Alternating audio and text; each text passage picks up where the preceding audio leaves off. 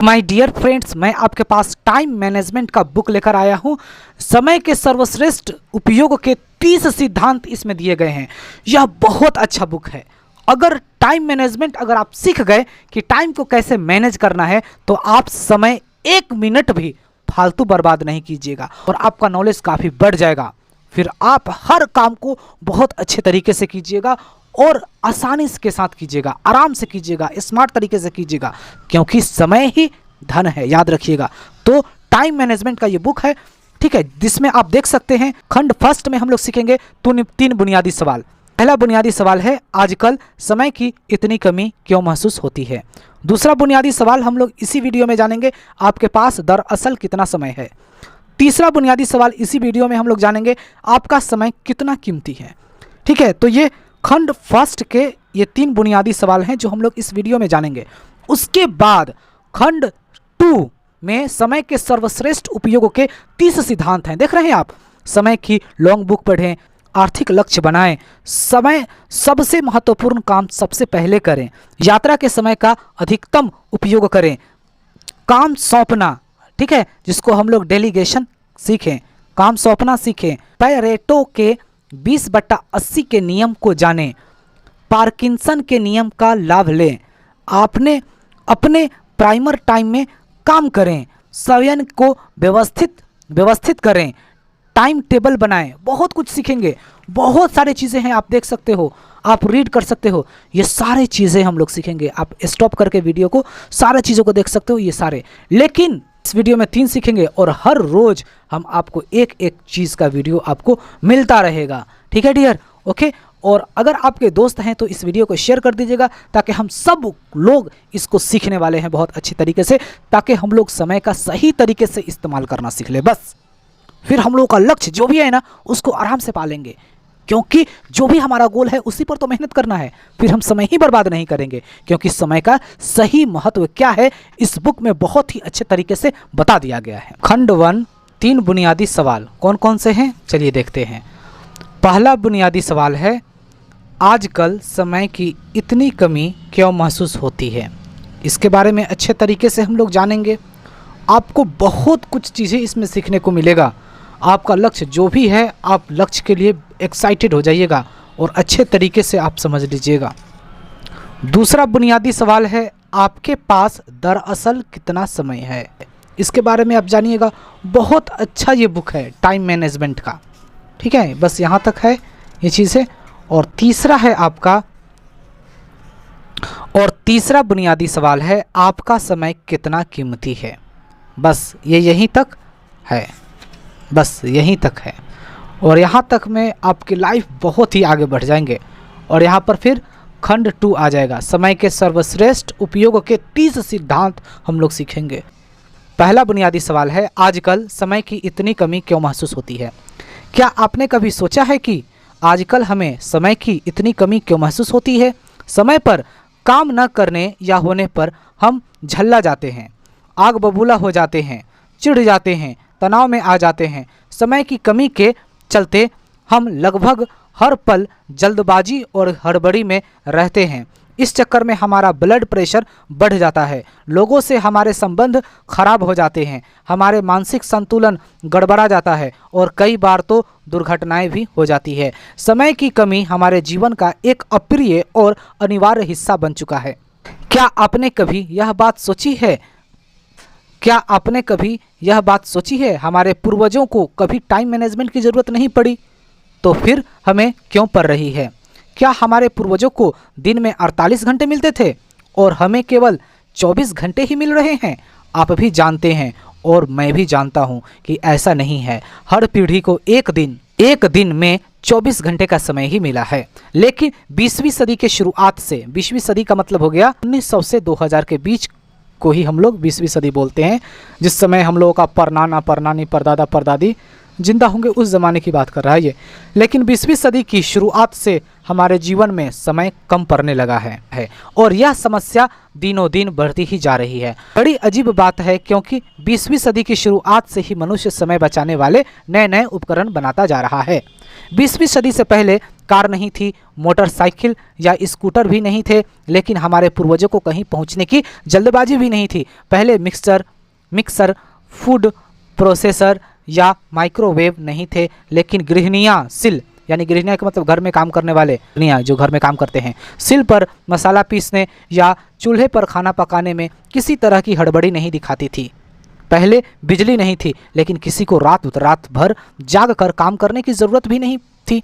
वास्तव में तब जीवन ज़्यादा सरल था, लेकिन क्योंकि उस समय इंसान की ज़िंदगी घड़ी के हिसाब से चलती थी। औद्योगिक युग के बाद फैक्ट्री, ऑफिस और नौकरी का जो दौर शुरू हुआ, उसने मनुष्य को घड़ी का गुलाम बनाकर रख दिया है। पहले जीवन सरल था और अब जटिल हो चुका है। यही हमारी समस्या का मूल कारण है। पहले जीवन की रफ्तार धीमी थी, लेकिन अब तेज हो चुकी है। अब हमारे जीवन में इंटरनेट आ गया है, जो पलक झपकते ही हमें दुनिया से जोड़ देता है। अब हमारे जीवन में टीवी आ चुका है, जिसका बटन दबाते ही हम दुनिया की खबरें जान लेते हैं। अब हमारे पास 3G मोबाइल है, 4G भी आ गए हैं, अब तो 5G भी आ गए हैं, जिनसे हम दुनिया में कहीं भी किसी से भी बात कर सकते हैं और उसे देख भी सकते हैं। आधुनिक आविष्कारों ने हमारे जीवन की गति बढ़ा दी है। शायद आधुनिक आविष्कार ही हमारे जीवन में समय की कमी का सबसे बड़ा कारण है। इनकी बदौलत हम दुनिया से तो जुड़ गए हैं, लेकिन शायद खुद से दूर हो गए हैं। यदि आप समय के सर्वश्रेष्ठ उपयोग को लेकर गंभीर हैं, तो इसका सबसे सीधा समाधान यह है, यदि आप किसी तरह आधुनिक आविष्कारों से मुक्ति पा लें और दोबारा पुराने ज़माने की जीवन शैली अपना लें, तो आपको काफ़ी सुविधा होगा। नहीं, मैं यहाँ चूल्हे पर रोटी पकाने या मुंबई से दिल्ली पैदल जाने की बात नहीं कर रहा हूँ। मैं तो केवल यह कहना चाहता हूँ कि मोबाइल, टीवी, इंटरनेट, चैटिंग आदि समय बर्बाद करने वाले आविष्कारों का इस्तेमाल कम कर दें। पहले घड़ी हमारे जीवन पर हावी नहीं हुई थी, और इसका सीधा सा कारण यह था कि ज़्यादातर लोगों के पास घड़ी थी ही नहीं।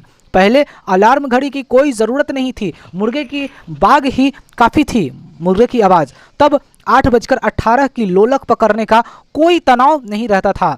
तब कोई काम सुबह 9 बजे हो या 9:15 बजे, कोई खास फर्क नहीं पड़ता था, लेकिन आज पड़ता है।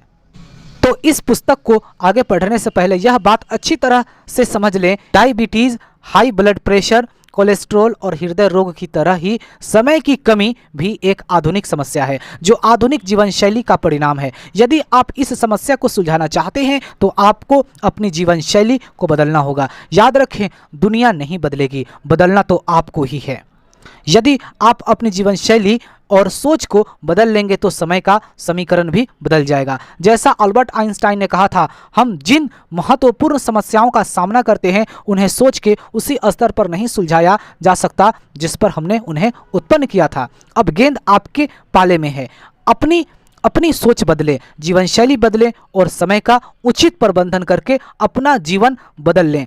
इस संदर्भ में आधुनिक प्रबंधन के पितामह पीटर एफ ड्रकर की बात याद रखें, जब तक हम समय का संबंध नहीं कर सकते, तब तक हम किसी भी चीज़ का प्रबंधन नहीं कर सकते। ठीक है, तो हम लोगों ने पहला बुनियादी सवाल कंप्लीट कर लिया कि हम लोगों को समय की कमी महसूस क्यों होती है। दूसरा बुनियादी सवाल, आपके पास दरअसल कितना समय है? विधाता ने किसी को सुंदरता ज़्यादा दी है, किसी को कम दी है, किसी को बुद्धि ज़्यादा दी है, किसी को कम दी है, किसी को दौलत ज़्यादा दी है, किसी को कम दी है, लेकिन समय उसने सबको बराबर दिया है। एक दिन में 24 घंटे। समय ही एकमात्र ऐसा दौलत है जिसे आप बैंक में जमा नहीं कर सकते। समय का गुजरना आपके हाथ में नहीं होता, यह तो घड़ी की सुई के साथ लगातार आपके हाथ से फिसलता रहता है। आपके हाथ में तो बस इतना रहता है कि आप इस समय का कैसा उपयोग करते हैं। अगर सदुपयोग करेंगे तो अच्छे परिणाम मिलेंगे, अगर दुरुपयोग करेंगे तो बुरे परिणाम मिलेंगे। ध्यान देने वाली बात यह है कि हमारे पास कहने को तो 24 घंटे होते हैं, लेकिन वास्तव में इतना समय हमारे हाथ में नहीं होता। सच तो यह है कि समय के एक बड़े हिस्से पर हमारा कोई नियंत्रण नहीं होता। 8 घंटे नींद में चले जाते हैं और 2 घंटे खाने पीने, तैयार होने एवं नित्य कर्म आदि में चले जाते हैं। यानी हमारे हाथ में दरअसल 14 घंटे का समय ही होता है। दूसरे शब्दों में, जीवन में सिर्फ 58% समय पर हमारा नियंत्रण संभव है, जबकि 42% समय हमारे नियंत्रण से बाहर होता है। सुविधा की दृष्टि से यह मान ले कि 40% समय पर हमारा नियंत्रण नहीं होता, जबकि 60% समय पर हमारा नियंत्रण होता है। इस संदर्भ में सदियों पहले भर्तृहरि की कही गई बात आज भी प्रासंगिक है। विधाता ने मनुष्य की आयु 100 वर्ष तय की है, जिसमें से आधी रात्रि में चली जाती है, बची आधी में से भी आधी बालावस्था यानी पढ़ाई लिखाई और वृद्धावस्था यानी कि बुढ़ापा में गुजर जाती है, और बाकी बचे 25 वर्षों में मनुष्य को रोग और वियोग के अनेक दुख झेलने पड़ते हैं और नौकरी चाकरी करनी पड़ती है। इसलिए हम यह कह सकते हैं कि जल तरंग के समान चंचल इस जीवन में लेश मात्र सुख भी नहीं है। समय अनमोल है, क्योंकि वास्तव में समय ही संसार की एकमात्र ऐसी चीज है जो सीमित है। अगर आप दौलत गंवा देंगे तो दोबारा कमा सकते हैं, पर घर गंवा देंगे तो दोबारा पा सकते हैं, लेकिन आप समय गंवा देते हैं तो आपको वही समय दोबारा नहीं मिल सकता। हमारे पास जीवन में बहुत कम समय है और यह समय सीमित है। यदि हम अपनी अपेक्षित आयु 100 वर्ष मान ले तो हमारे पास जीवन में कुल 3,365 दिन होते हैं, और 100 साल यानी कि 2 जीरो लग गए तो 36,500 दिन होते हैं 100 साल में। 100 साल में 36,500 दिन ही होते हैं। इसी समय हिसाब लगाकर देखें कि इन 36,500 दिनों में से आपके पास कितने दिन बचे हैं जिनमें आपको अपने जीवन का लक्ष्य प्राप्त करना है। नीचे दी गई आसान गणना करके खुद जान ले कि आपके पास अब लगभग कितने दिन बचे हैं। कुल टोटल तो जीवन 100 साल में इतना है 36,500। गुजरे हुए दिन कितने हैं, तो जितना आपका एज है 365 से मल्टीप्लाई कर दीजिएगा तो कुछ ना कुछ आएगा नंबर यहाँ, और इसमें से इसको घटा दीजिएगा तो आपके पास इतने दिन बचे हुए हैं। ठीक है, अगर हम जीवन में कुछ करना, कुछ बनना, कुछ पाना चाहते हैं तो यह अनिवार्य है कि हम समय का सर्वश्रेष्ठ उपयोग करना सीख लें, ताकि इस धरती पर अपने सीमित समय में हम वह सब हासिल कर सकें जो हम हासिल करना चाहते हैं, चाहे वह दौलत या शोहरत हो, सुख या सफलता हो। तीसरा बुनियादी सवाल, आपका समय कितना कीमती है। ठीक है, कहा जाता है समय ही धन है, परंतु यह कहावत पूरी तरह सच नहीं है। सच तो यह है कि समय सिर्फ संभावित धन है। अगर आप अपने समय का सदुपयोग करते हैं, यानी कि अच्छा समय का यूज करते हैं, काम पर देते हैं पूरा का पूरा, तभी आप धन कमा सकते हैं। ठीक है, दूसरी ओर अगर आप अपने समय का दुरुपयोग करते हैं, यानी कि समय लेटना, इधर उधर घूमना फिरना, ऐश आराम करना, अपने काम में समय नहीं देना, तो दुरुपयोग करते हैं यानी कि समय को बर्बाद करना, तो आप धन कमाने की संभावना को गंवा देते हैं। क्या आप ठीक जानते हैं कि आपका समय कितना कीमती है? अगर नहीं तो नीचे दिए गए फॉर्मूलों का प्रयोग करके यह जान ले। समय का मूल्य ज्ञात करने का फॉर्मूला, आपके 1 घंटे का मूल्य आपकी आमदनी या फिर काम के घंटे। ठीक है, 1 घंटे का मूल्य देख लीजिए। अब इसको सीखिए, बहुत इंपॉर्टेंट है चीज़ें। अपनी आमदनी यानी कि सैलरी में काम के घंटों का भाग देने से आप जान जाएंगे कि आपके 1 घंटे के समय का वर्तमान मूल्य क्या है। मान ले आप हर महीने 20,000 रुपये कमाते हैं और इसके लिए आप महीने में 25 दिन 8 घंटे काम करते हैं, यानी आप कुल मिलाकर 200 घंटे काम करते हैं। इस स्थिति में आपके 1 घंटे का मूल्य 20,000 कमाते हैं, यानी कि 200 घंटे काम करते हैं, यानी कि 100 रुपये। ठीक है, आपके 1 घंटे का मूल्य कितना है? 100 रुपये है। ठीक है, इस उदाहरण में यदि आप रोज 1 घंटे का समय बर्बाद करते हैं तो आपको हर दिन 100 रुपये का नुकसान हो रहा है, यानी 1 साल में 36,000 रुपये। यदि आप हर दिन 2 घंटे बर्बाद करते हैं तो इसका मतलब है कि आपको हर साल 72,000 रुपये का नुकसान हो रहा है। यह अभ्यास करने के बाद आपकी आंखें खुल जाएंगी। इससे एक तो आपको यह पता चल जाएगा कि समय की बर्बादी करने से आपको कितना आर्थिक नुकसान हो रहा है, इसलिए आप समय बर्बाद नहीं करेंगे। ठीक है, इसलिए आप समय बर्बाद नहीं करेंगे। दूसरे, इससे अगर आपको यह आभास होता है कि आपके समय का वर्तमान मूल्य संतोषजनक नहीं है तो आप उसे बढ़ाने के उपाय बढ़ाने के उपाय खोजने लगेंगे। इस फॉर्मूले का सिर्फ एक बार प्रयोग करने से ही आपके जीवन में चमत्कारियां परिवर्तन हो जाएगा। आप समय के उपयोग को लेकर सतर्क हो जाएंगे। आप समय बर्बाद करना छोड़ देंगे। आप अपने समय के बेहतर उपयोग के तरीके खोजने लगेंगे। आप कम समय में ज़्यादा काम करने के उपाय खोजने लगेंगे और यह सब केवल इसलिए होगा क्योंकि अब आपको पता चल चुका है कि आपके काम का हर मिनट कितना कीमती है और उसे बर्बाद करके आप अपना कितना आर्थिक नुकसान कर रहे हैं। ठीक है, अब खंड सेकंड हम लोग पढ़ेंगे समय के सर्वश्रेष्ठ उपयोगों के 30 सिद्धांत। 30 सिद्धांत में से हर रोज एक एक सिद्धांत के बारे में पढ़ेंगे हम लोग। ठीक।